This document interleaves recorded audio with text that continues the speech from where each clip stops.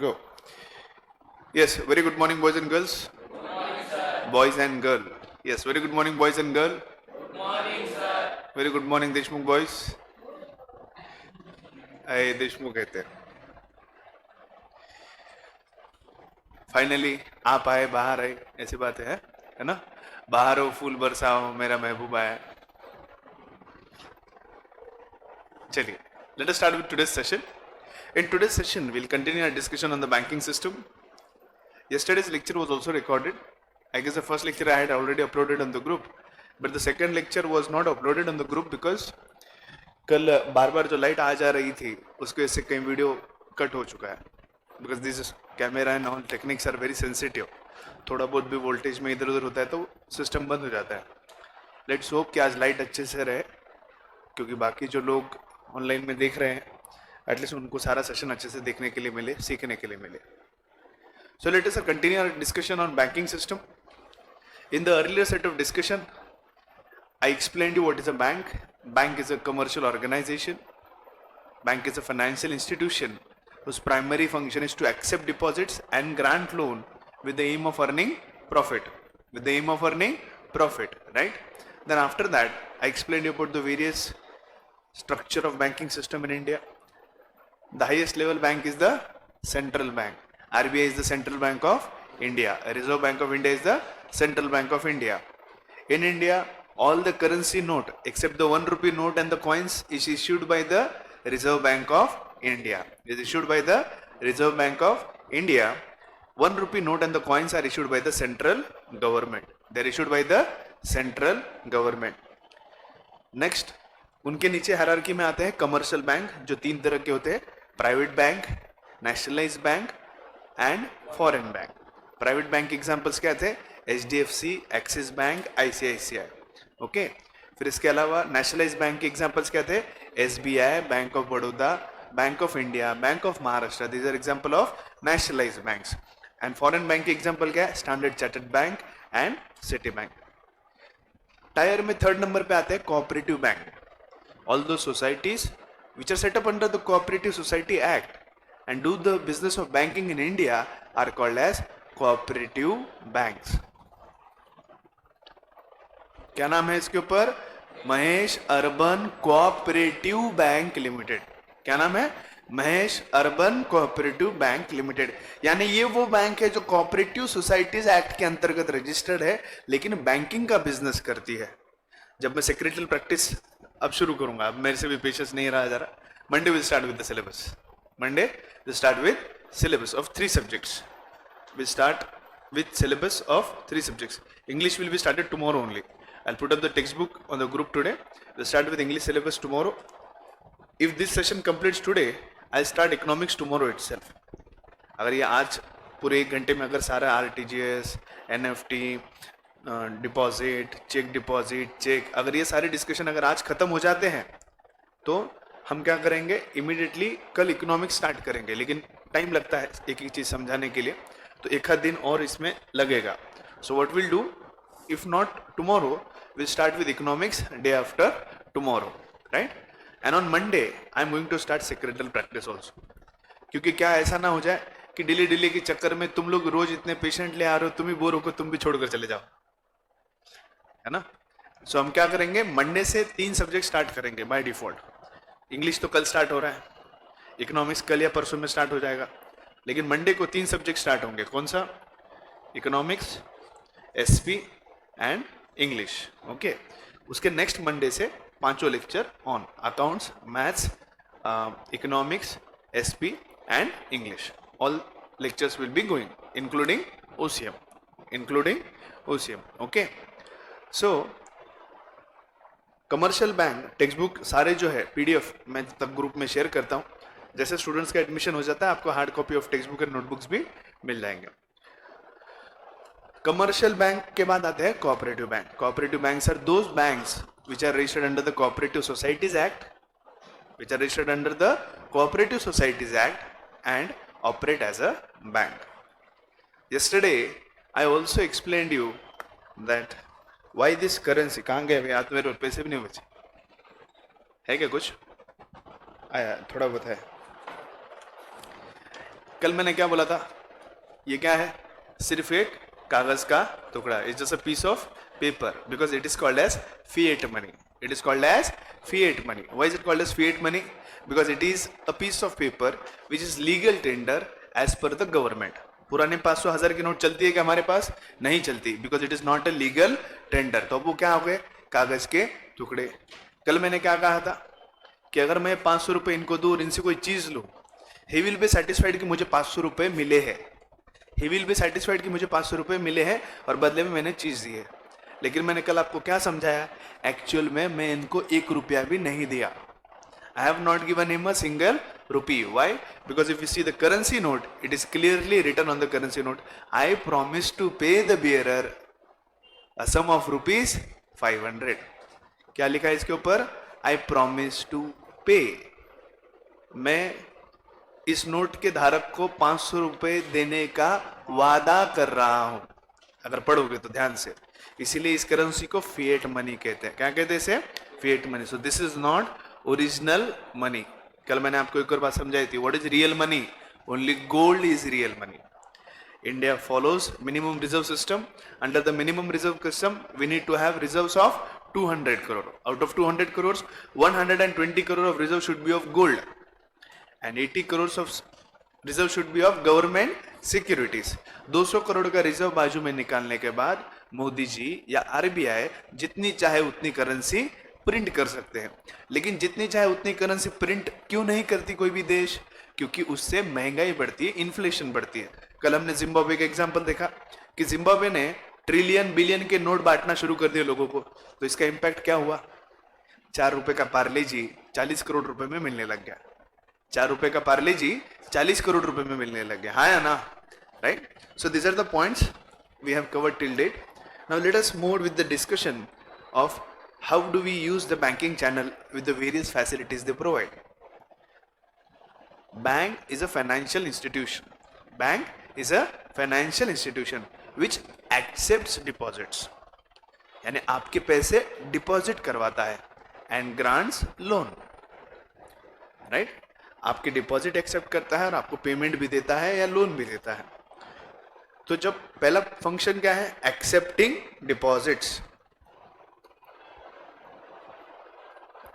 Yes और no, हाँ या ना. तो बैंक में पैसा 2 तरीके से भरते हैं. एक कैश डिपॉजिट करते हैं, हाँ या ना. यस और no, we deposit cash into our bank account. और किसी पार्टी का पेमेंट आया तो हम क्या करते हैं, चेक डिपॉजिट करते हैं. लेट फॉर एग्जांपल से उत्कर्ष ने अपने पहले फीस का इंस्टॉलमेंट का मुझे चेक दिया 15,000 का, तो 15,000 मैं बैंक में जमा करवाता हूँ. That is cheque deposit. That is cheque deposit. Kant Shukla ने मेरे को कैश दी, राइट. अभी किसी की तो फीस आई है 10,000 रुपये.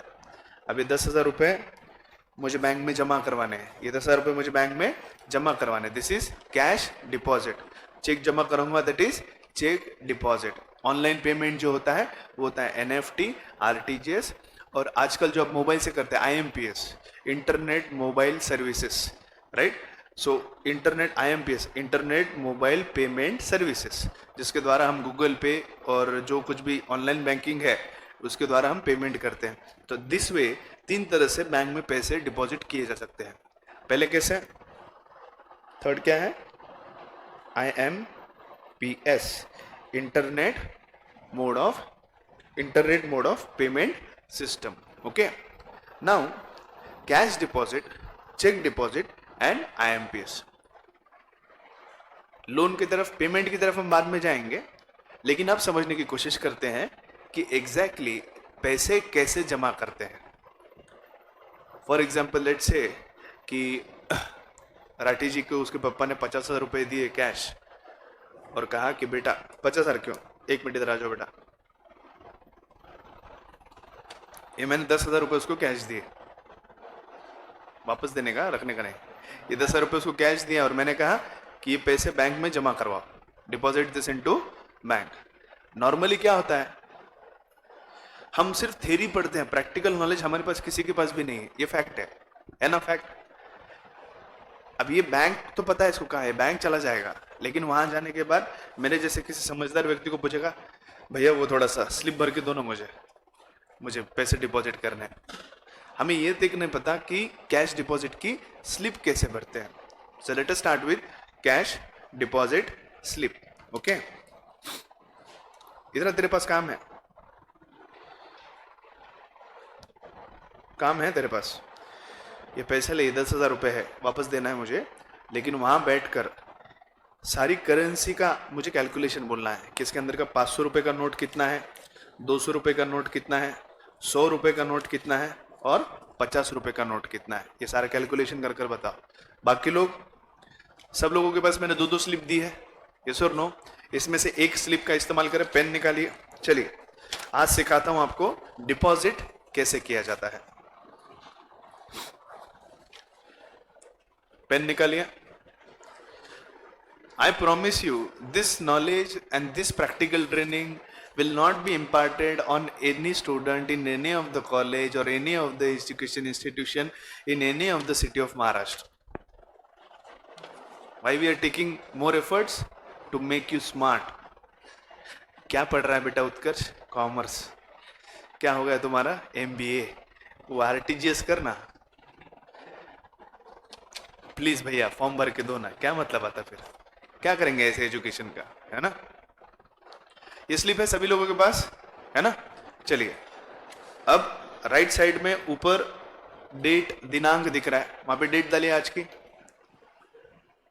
दोनों तरफ है, ये देखो, सुनो मेरी बात। अब सबसे पहले स्टार्ट करने से पहले दो दो ये एक स्लिप है, ये एक स्लिप है। अगर यहां देखो तो ये जो ब्रॉड में दिया है उसी को शॉर्ट समराइज तरीके में दिया गया है। तो 2 स्लिप का ऐसा पार्टीशन का लॉजिक क्या है? मैंने 10,000 रुपये बैंक में जमा करवा दिए, लेकिन कैशियर ने उसकी जेब में डाल दिए, कैशियर ने उसके जेब में डाल दिए। बाद में मैं परेशान हो रहा कि मेरे अकाउंट में 10,000 रुपये आए नहीं। 10,000 rupees have not been reflected into my bank account. So I have to go to bank and ask. अगर मेरे पास ये काउंटर स्लिप नहीं है, प्रूफ नहीं है, कैशियर बोलेगा तुम पैसे दिए नहीं मेरे पास, तुम आए नहीं बैंक पे, तो मेरे पास कुछ प्रूफ होना चाहिए ना। तो वो प्रूफ बतौर होता है ये काउंटर स्लिप। ये काउंटर स्लिप जब कैशियर आपसे पैसे लेता है और जब ये पैसे जमा करता है तो ये वाला जो पार्ट है, ये वाला जो पार्ट है जिसके ऊपर भी हम डिटेल लिखते हैं शॉर्ट में, तो ये वाले इसके ऊपर स्टैंप होता है और साइन होता है। तो अगर उसने पैसे नहीं जमा किए तो आप एक काउंटर स्लिप दिखाकर उसके ऊपर केस कर सकते हो कि वो पैसा देने के बाद भी धोखेधड़ी की, इसने पैसे जमा नहीं किए। तो एक चीज हमेशा याद रखना, जब कभी भी कैश डिपॉजिट करने जाओ, चेक डिपॉजिट करने जाओ, ये काउंटर स्लिप संभाल के रखना जब तक अकाउंट में पैसे रिफ्लेक्ट नहीं होते। Are you getting my point? Because this is documental evidence. Picture बहुत देखते होंगे सब लोग। कानून क्या मांगता है? सबूत, है ना? कानून क्या मांगता है? सबूत। CID देखते तो होंगे ही, है ना? कानून क्या मांगता है? सबूत। मैं बैंक में गया, बैंक में जाकर मैंने 10,000 रुपए दिए और 10,000 रुपए कैशियर ने जेब में डाल दिया। अब बात ऐसी है कि मेरे अकाउंट में पैसे रिफ्लेक्ट नहीं हुए, हाथ ऊपर कर लिया उसने। मैं कोर्ट में जाता हूँ, केस करता हूँ, जज साहब मेरे साथ बहुत नाइंसाफी हुई है, मैंने इस कैशियर को 10,000 रुपए दिए थे, इस व्यक्ति ने जेब में गुड़ुक कर लिए, मेरे बैंक अकाउंट में पैसे रिफ्लेक्ट नहीं हुए। जज साहब बोले कानून सबूत मांगता है दिनेश सर, सबूत क्या है वो बताइए। मैंने कहा मैं खुद इतना बड़ा सबूत हूं, मैं मेरे बच्चे की कसम खा के कहता हूं, बच्चे पिच्चे की कसम का कंसेप्ट वहां पे कोर्ट में नहीं चलता। मैं मेरे बच्चे की कसम खा के कहता हूं सर, मेरे नन्हे मुन्ने बच्चे हैं सर, गरीब आदमी हूं मैं, प्लीज मेरी बात का यकीन करो, मैं कसम खा के कहता हूं कि मैंने इस व्यक्ति को 10,000 रुपए मेरे हाथों से दिए थे सर। जबान की कुछ तो कीमत रखो। सबूत। अच्छा सबूत चाहिए सर, मैं आपको सबूत देता हूं। मैं जब पैसे भरने गया था मेरे साथ में उत्कर्ष भी था, उत्कर्ष को पूछो इसने पैसे दिए, मैंने पैसे दिए कि नहीं दिए। हाँ सर हमारे सर ने पैसे दिए थे इनको। सबूत मांगता है, वो तुम्हारा स्टूडेंट है, तुम बोलेंगे 1 लाख रुपए दिए तो वो बोलेगा हाँ 1 लाख रुपए दिए।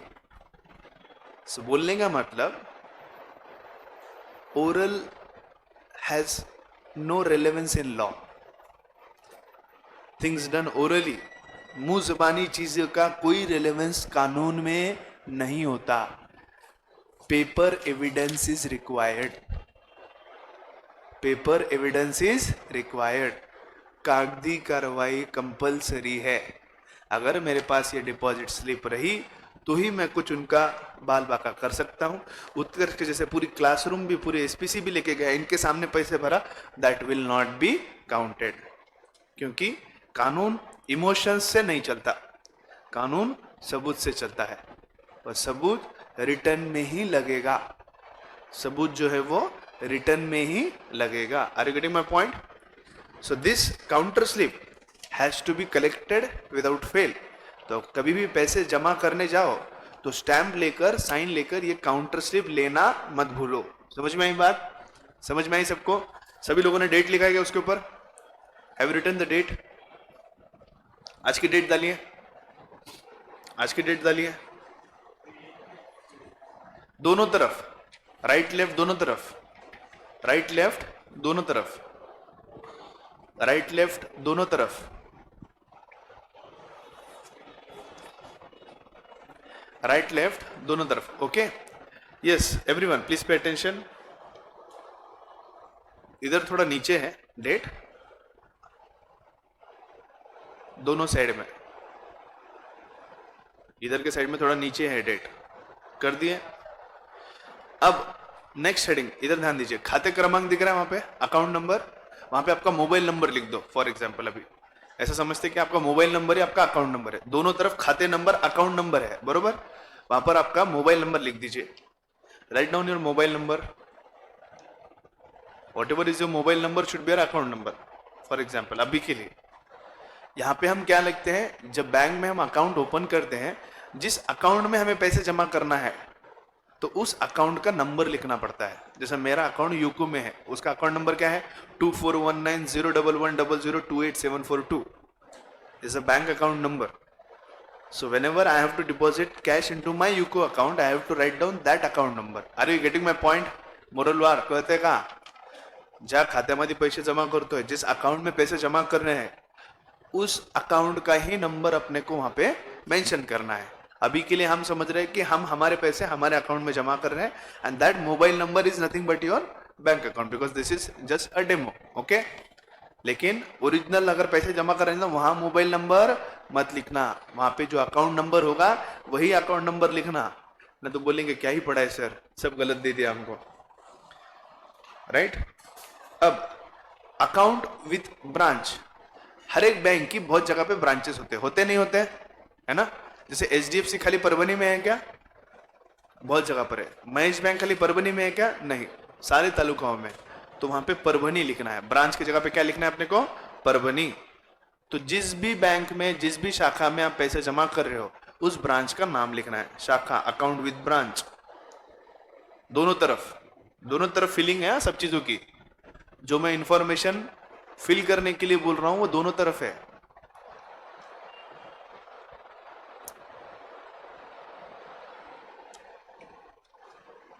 नेक्स्ट, दूरभाषा संख्या और कॉन्टैक्ट नंबर। ओके, वहां पे आपके पेरेंट्स का नंबर लिख दो, वहां पे आपके पेरेंट्स का नंबर लिख दीजिए। Write down your parents number. Don't worry, मैं लेके कॉल नहीं करूंगा, चिंता मत करो। Write down your parents number.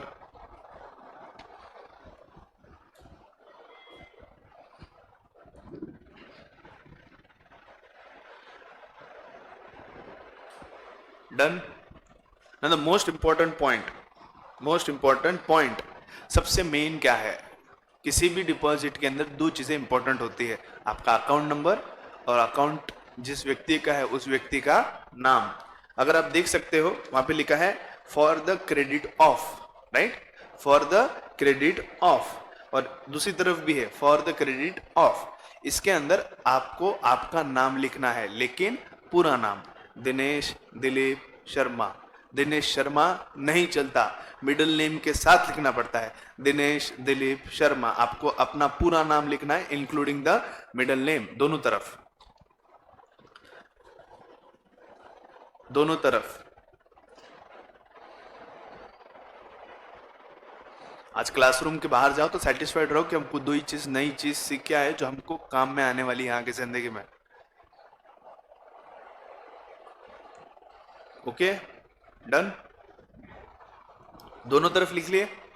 अब पैसे कितने जमा कर रहे हैं अपन? 10,000 रुपए। ओके, यहां पे रुपए लिखा है, वहां लिख दो 10,000 इन नंबर्स। कैसे लिखेंगे हम? 1 2 3 4 इक्वल टू 00। कैसे लिखना है अपने को? 10,000 इक्वल टू 00। ओके, और यहां पर नीचे की तरफ है, नीचे की तरफ है रुपीस 10,000 00, है ना? 10,000 00। अब इधर ध्यान दीजिए, राइट हैंड साइड में यहां पे रुपीज इन वर्ड्स है ना? तो वहां लिखेंगे 10,000 ओनली। सेम अदर साइड में क्या दिया है? Rupees in word 10,000 only. I hope spelling सबको आती है। मुरलवार, 1000 की स्पेलिंग क्या है? 1000 की स्पेलिंग, वेरी गुड, मिल गया सबको? सबको मिल गया ना? अच्छा, इसके पहले कितने लोगों ने कैश डिपॉजिट की स्लिप भरी है? किसी ने भरी है? आता था पहले से? ओके, पूछ के भरी है या खुद से भरी है? सिद्धू बाजी, खुद से भरी है या पूछ के भरी है? चलो, यहां तक हो गया। कितने लोगों ने भरी है? तुमने भरी है ना? हाँ, तो बताओ अब आगे कैसे करेंगे? क्या बच गया इसमें? उसने भर के थे। हाँ हाँ, यहां तक सब चीजें हो गई। अब सबसे इंपॉर्टेंट, जब हम कैश जमा करने जाते हैं, जो रकम हम जमा करते हैं उसके करेंसी डिनोमिनेशन लिखना जरूरी है। अब यहाँ पे बात समझने की कोशिश करिए। यहाँ जो बैंक, शाखा, चेक नंबर, जो चीज दी गई है, that is to be left bank, that is for cheque deposit. अपने को क्या जमा करना है? कैश। तो राइट हैंड साइड में डिनोमिनेशन वाला बॉक्स दिख रहा है, 2000, 500, 200, 100, है ना? अपने को उस बॉक्स में फिलिंग करनी है कि हमारे करेंसी डिनोमिनेशंस कैसे है। अभी 10,000 रुपए अपन भर रहे हैं, ठीक है? 500 के कितने नोट है? 11। तो अभी 500 मल्टीप्लाइड बाय 11, मल्टीप्लाइड के आगे जगह है ना, वहां पे 11 लिखिए, है ना? सॉरी, पीसेस दिखा है, देखो वहां पे प्रति। 500 मल्टीप्लाइड बाय पीसेस और प्रति। पीसेस और प्रति वाला जो बॉक्स है उसके अंदर कितना लिखेंगे हम? 11। 500 मल्टीप्लाइड बाय 11 कितने होते हैं उत्कर्ष? 550। तू कब से बना रहे उत्कर्ष? 500 एंड 550, 550, 500 मल्टीप्लाइड बाय 11, हाँ, 5,500। तो पहले वाले कॉलम में 500 प्रति पीसेस 11, रुपीस जो आगे है उसके अंदर लिखिए 5,500। Are you getting my point?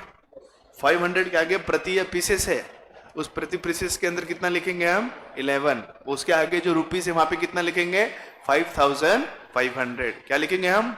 5,500। Okay, 200 कितने? 200 के 9 नोट है। बताओ सिद्धांत, कितना हुआ अमाउंट? 200 पीसेस 9, 1,800। 1,800। 100 के कितने? 22। डुबियार किती होतात? एग्जैक्टली 100 के आगे लिखेंगे 22, 2,200। 50 के कितने हैं? 10। हाँ श्रीयश, 500। 50 के 10 कितने हुए? 500। अब जो आपने अमाउंट लिखे है उसका नीचे एक कोण यानी टोटल लिखना है। देखो 10,000 है क्या? पहले मैथ्स आपका अच्छा होगा, एडिशन सबको आती है।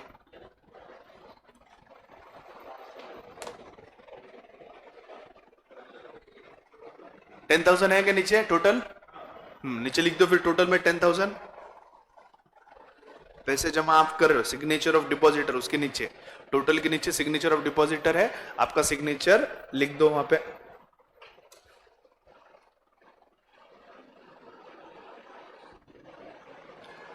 आपका सिग्नेचर कर दो। टोटल लिख दिया 10,000, है ना?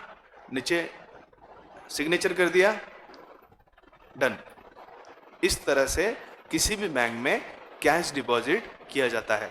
आई just want you to overlook things. एक 2 मिनट देता हूं, आपने क्या इंफॉर्मेशन फिल की है उसे एक बार ओवरलुक करो ताकि हम चेक डिपॉजिट की तरफ बढ़ते हैं.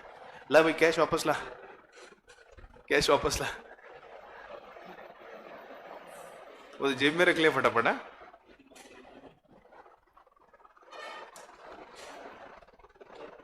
ये हो गया सबका. ओवरलुक करिए. किसी को कुछ पूछना है तो पूछ सकते हैं. बाकी कुछ भी इंफॉर्मेशन उसके अंदर फिल नहीं करने की. ये फिर स्लिप जो आपने बनाई है, ये स्लिप, उसके साथ 10,000 रुपए कैश कैशियर को देना है. कैशियर से न भूलते हुए क्या लेना है, काउंटर स्लिप, वो भी स्टैंप और साइन के साथ. कैशियर का स्टैंप होता है उसके ऊपर, और उसके अंदर भी बोलता हूं स्टैंप होना जरूरी है. कानून क्या मांगता है, सबूत. अभी मैं ये ऊपर ऊपरी वहां से स्लिप लेकर आ गया, इसके ऊपर लिख दिया 1 करोड़ रुपीस अकाउंट. जज साहब मेरे पास सबूत है, 1 करोड़ रुपए जमा किया है मैंने, लेकिन उन्होंने मेरे अकाउंट में जमा नहीं किया. कर सकता ना ऐसे भी मैं. अभी मैं इतने स्लिप लेके आया, इतने सारे 10-10 हजार मिलके अपने 1 लाख तो यही हो गए. हम लोगों ने 1 लाख रुपए जमा किए, ये देखो स्लिप, सबूत. ऐसा नहीं, सबूत भी ढंग का होना चाहिए. तो इसके ऊपर स्टैंप होना जरूरी है बैंक का. किसका, बैंक का स्टैंप होना जरूरी है. Are you getting my point, are you getting my point. So this is how we complete the cash deposit. Okay, now let's move ahead to new set of learning, that is check deposit. But before we come on to check deposit, let me just brief you how to use a check. How to use a check. Cheque का इस्तेमाल कैसे किया जाता है. Okay,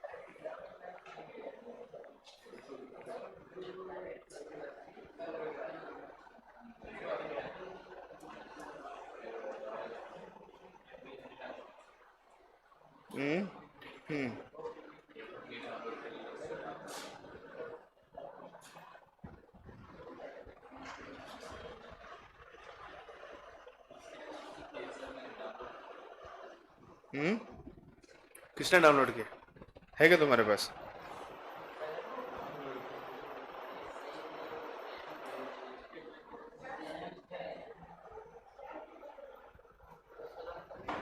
इस पे लिखा हुआ है.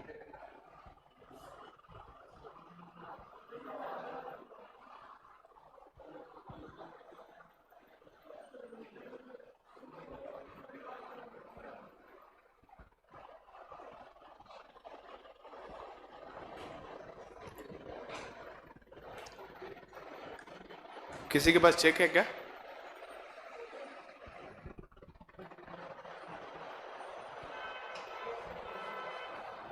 देना बेटे इधर.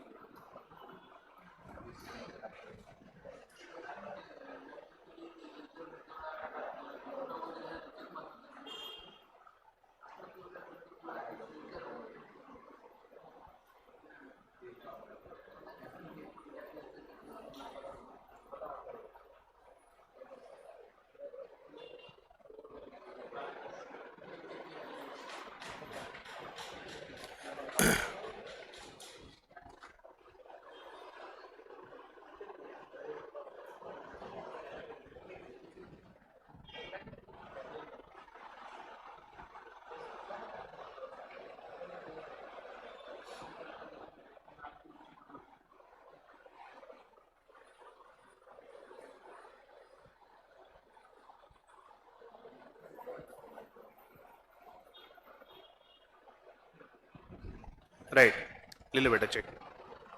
ये चेक दिख रहा है सब लोग को? क्लियरली दिख रहा है चेक जो बोर्ड पे है? ठीक है। Now understand the new concept. First, let me tell you what is exactly a check. Is check money? Is check money?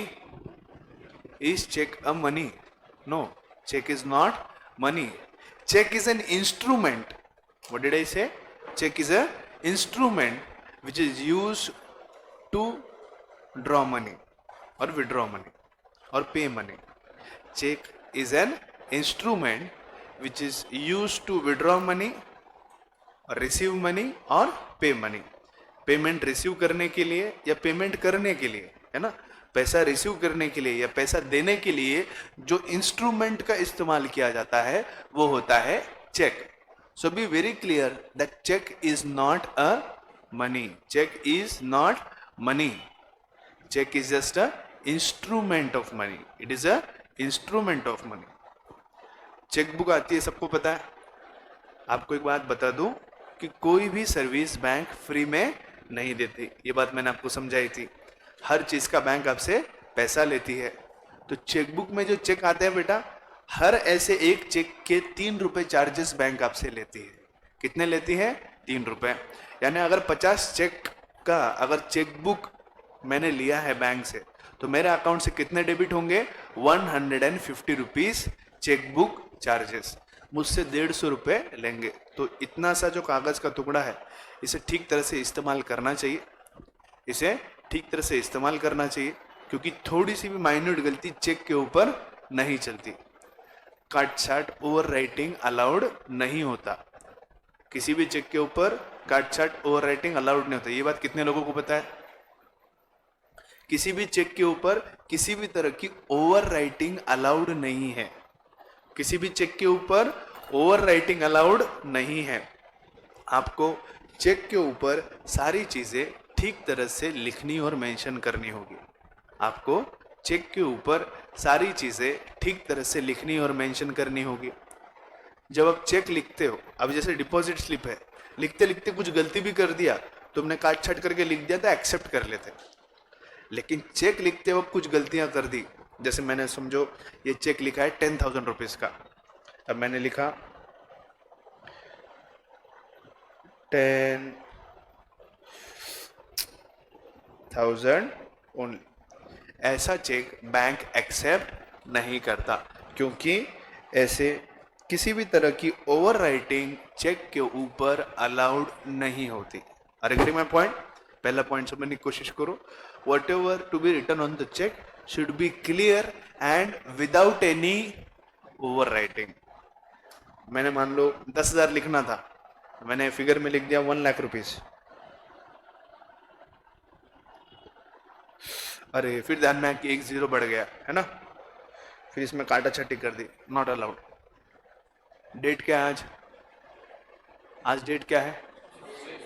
हाँ, 6 जुलाई. मैंने वहां लिख दिया 7 जुलाई. यहाँ पे काटा काटी नॉट अलाउड.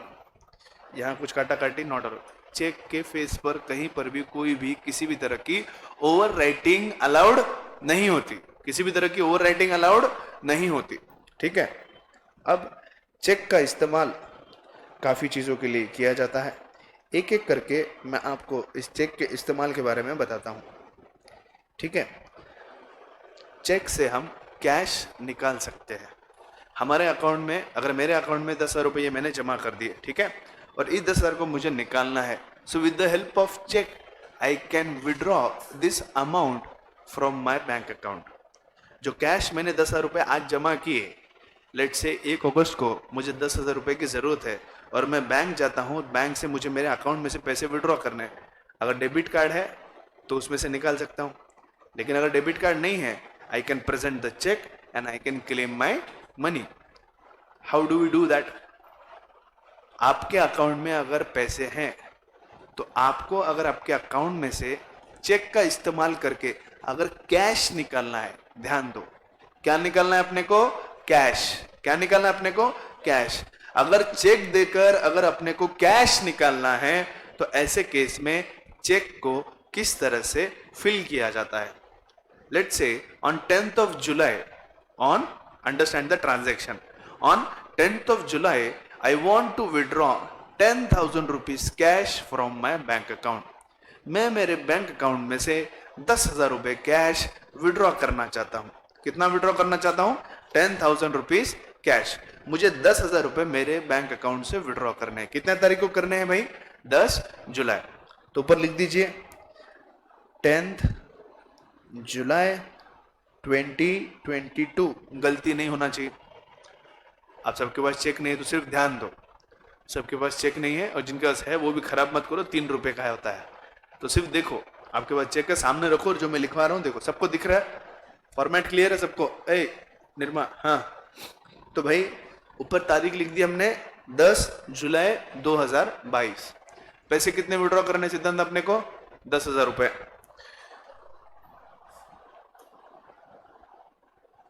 बराबर है.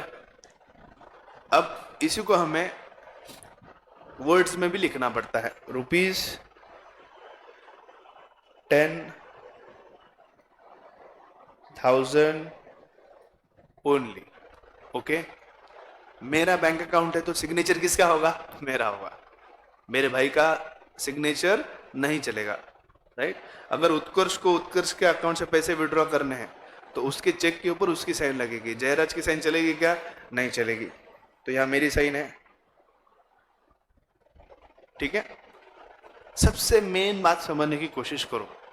मैं खुद बैंक में जा रहा हूं और बैंक में जाकर मैं मेरे अकाउंट से पैसे विड्रॉ कर रहा हूं या कैश विड्रॉ कर रहा हूं, तो इसके लिए वहां पे लिया है ना, पे, वहां पे क्या लिखना पड़ता है? सेल्फ. क्या लिखना पड़ता है वहां पर? सेल्फ. क्या लिखते हैं वहां पर? सेल्फ. ध्यान दो, ये प्रैक्टिकल चीजें तुमको आगे कोई नहीं सिखाएगा. अगर 11वीं में इस लेवल पे इस तरह की चीजें सीखोगे तो अपना इंटरेस्ट कॉमर्स स्ट्रीम में अपने आप बढ़ना लगेगा. समझ में आएगा व्यवहार कैसे होते हैं. और एक बार ट्रांजैक्शन व्यवहार समझने लगे फिर मजा आता है. पैसा रहने के बाद सबको मजा आता है भाई. तो बात हमने क्या लिखा? हमने पे सेल्फ. ये कब होता है सिद्धांत? अगर उत्कर्ष को 10,000 रुपए निकालने के हैं और वो खुद जा रहा है बैंक में और कैश निकालना चाहता है, तो उस केस में उसको पे की जगह पे क्या लिखना पड़ेगा? सेल्फ. क्या लिखना पड़ेगा? सेल्फ. अब बात ऐसी है, ये बात क्लियर हो गई कि कोई भी व्यक्ति अगर अपने बैंक अकाउंट में से कैश विड्रॉ करना चाहता है तो उस चेक के ऊपर क्या लिखा जाता है? सेल्फ. क्या लिखा जाता है उसके ऊपर? सेल्फ. और सेल्फ के द्वारा जो है वो अपनी कैश विड्रॉ कर सकता है. अभी ओके? अभी ओके? कैश विड्रॉ खुद कैसे करता है, राइट. अब बात ऐसे समझ लो कि मुझे जो है उत्कर्ष को 10,000 रुपए कैश देना है, लेकिन मेरे पास कैश नहीं है. तो मैंने क्या कहा? मैं तुम्हें चेक देता हूं, बैंक में जाके चेक प्रेजेंट करो और कैश ले लो. Whenever cash, please pay attention, moral one, whenever cash is to be paid to a third party with the help of check, then that check will be called as a bearer check. क्या बोलेंगे हम उसे? bearer check. जब कभी भी check का इस्तेमाल cash के लिए किया जाता है तो उस चेक को हम कहते हैं bearer check. अभी सेल्फ चेक के बारे में एक और चीज बताऊंगा जो यहाँ पे पॉसिबल नहीं है. जब आप खुद भी पैसे विड्रॉ करते हो बैंक अकाउंट से, तो आपको फ्रंट के साथ साथ बैक के ऊपर, मतलब बैक साइड के ऊपर भी आपको खुद की सिग्नेचर करनी पड़ेगी. Getting my point? चेक बताना.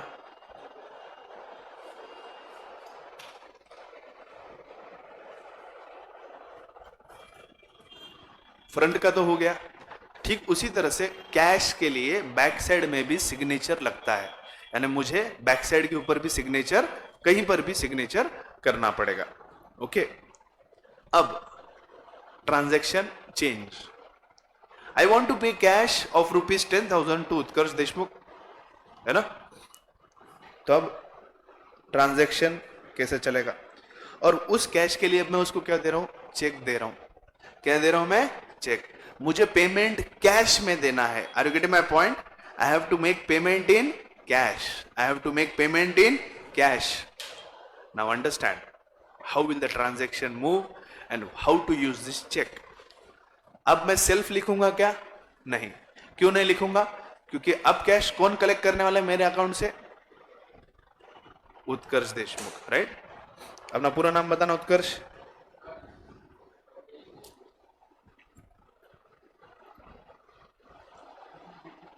क्या हुआ भाई?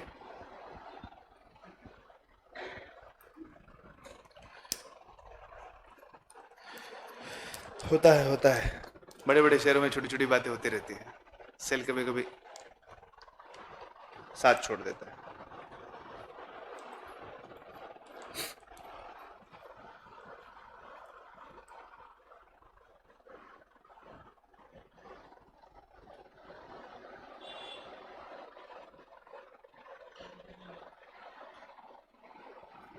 क्या हुआ दादा?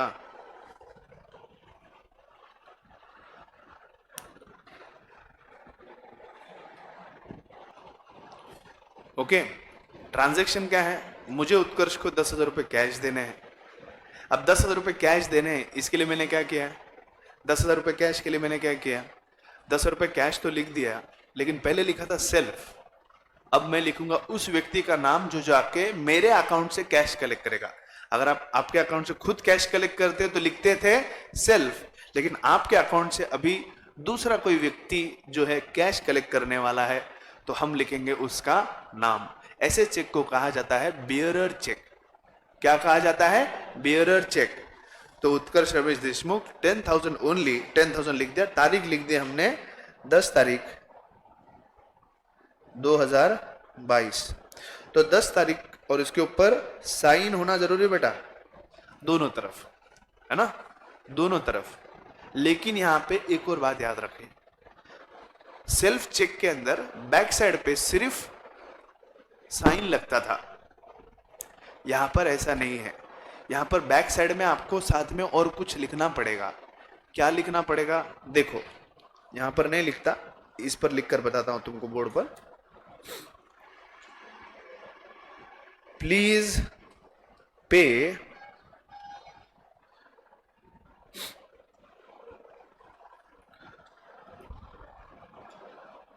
उत्कर्ष देशमुख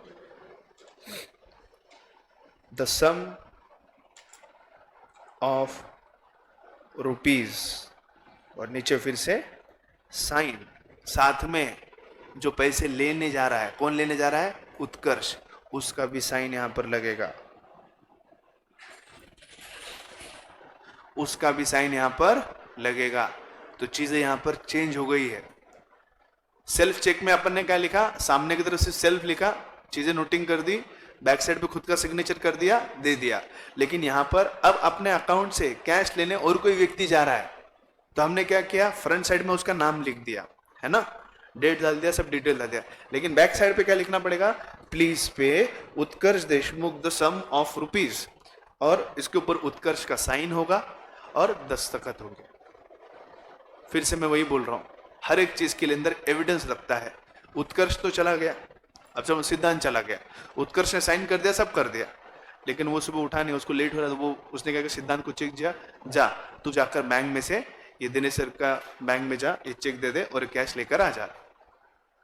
बात समझने की कोशिश करो।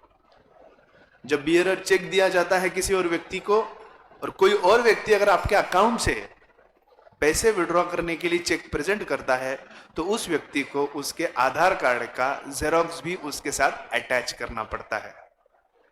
सिद्धांत ये चेक लेकर चला गया, क्योंकि बहुत क्रिटिकल चीज है ना। अब मान लो मैंने चेक उत्कर्ष को दिया, उसके हाथ से गुम हो गया और मोरलवार के हाथ में लग गया, वो उत्कर्ष देशमुख बनकर चला गया, चेक दे दिया, चेक ले लिया, तो पैसे तो चले गए। समझ में आई बात? बात समझ में आ रही है? इसीलिए बहुत सोच समझकर काम करना पड़ता है, क्योंकि पैसे के व्यवहार में बहुत ध्यान रखकर चीजें करनी पड़ती है। थोड़ी सी भी प्रॉब्लम हो गई तो इसके अंदर बैंक का रेपुटेशन स्टेक पे आता है। अगर ये चेक मैंने उत्कर्ष को दिया, बियरर चेक बहुत रिस्की होता है, इसीलिए चेकबुक देखो आपके पेरेंट्स कहाँ रखते हैं? अलमारी में रखते हैं, क्योंकि अगर कहीं गलती से किसी चेक पर साइन है, उसके ऊपर नाम लिख लेता है, दस्तखत कर ले, तुम्हारे अकाउंट से जितने चाहे उतने पैसे विड्रॉ कर सकता है कोई भी, क्योंकि तुम्हारा साइन है ना उसके ऊपर। अगर मान लो उत्कर्ष के अंकल ने इसके ऊपर साइन कर दिया और चेक ऐसे ही कहीं रख दिया, मैं उसके ऊपर नाम लिखकर 50 लाख रुपए लिखकर निकाल सकता हूँ। साइन है ना उनका, इतना रिस्की डॉक्यूमेंट है ये। इसलिए कभी भी देखो, चेकबुक हमेशा अलमारी के अंदर कहीं तो भी तिजोरी में रखा जाता है। ओपनली कहीं भी पड़ा होता है क्या? नहीं। अब मैंने क्या कहा, मैंने लिखकर तो दे दिया, बैक साइड में लिख दिया, उत्कर्ष ने साइन कर दी, लेकिन उत्कर्ष ने चेक घुमा दिया, वो मोरलवार को मिल गया।